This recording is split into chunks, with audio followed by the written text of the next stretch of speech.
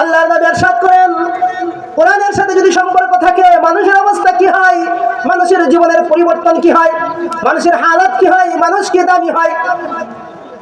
একজন লোক যখন এমপির সাথে থাকে তখন তার কি পাওয়ার থাকে? কথা বলতে এমপির সাথে বেশি পাওয়ার দেওয়া, এমপির কাছের লোক কিন্তু এমপির সাথে বেশি পাওয়ার দেওয়া, দেখা না? কি বলেন?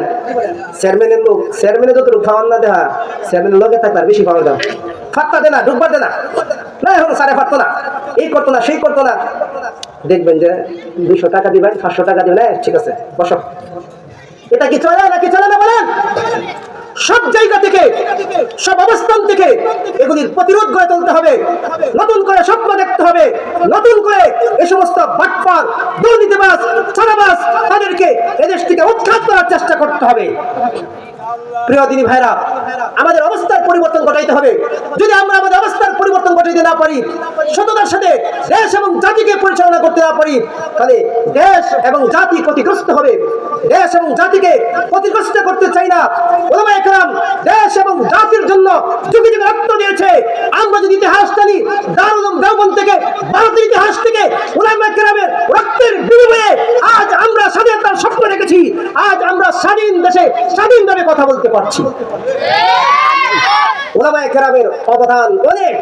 উলামায়ে কেরাম দ্বীনের জন্য রক্ত দিতে জানে, উলামায়ে কেরাম ইসলামের জন্য রক্ত দিতে জানে। আজ উলামায়ে কেরামের রক্তের বিনিময়ে আজ মসজিদগুলি আবাদ রয়েছে, উলামায়ে কেরামের রক্তের বিনিময়ে মাদ্রাসাগুলি আবাদ রয়েছে, উলামায়ে কেরামের রক্তের বিনিময়ে টঙ্কাগুলি আবাদ রয়েছে। আজ সমাজে ইসলামের কথা উঠে, ইসলামের কথাকে ধারণ করে উলামায়ে কেরামের অবদান, উলামায়ে কেরামের অবদান। এই জন্য উলামায়ে কেরামকে সব সময় সম্মানের দৃষ্টি দেখতে হবে। আপনি যেই দল করেন, তখন আপনার দল, যখন আপনার নেতা ইসলামের বিপক্ষে চলে যাবে, তখন সেটাকে আপনি সমর্থন করবেন না। ইসলামের সাথে কোনো আপোষ হবে না। কোরআনের বিপক্ষে যে কথা বলবে, হাদিসের বিপক্ষে যে কথা বলবে, আল্লাহর নবীর আদর্শের বিরুদ্ধে যে কথা বলবে, তার সাথে কোনো আপোষ নাই, তার সাথে কোনো রকম কোনো আপোষ হবে না। ঠিক না? ঠিক বলেন? সেটা ঈমানের তাকাদা, ঈমানের তাকাদা। আমার ঈমানের কথা বলে, আমার ঈমান বলে। প্রিয় দিনী ভাইরা, আমাদেরকে কোরআনের সাথে সম্পর্ক রাখতে হবে।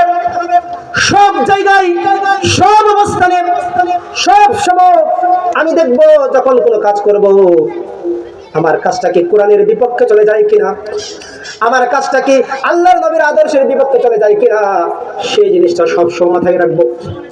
কারণ আল্লাহর নবী বলেছেন, قال النبي صلى الله عليه وسلم تركت فيكم أمرين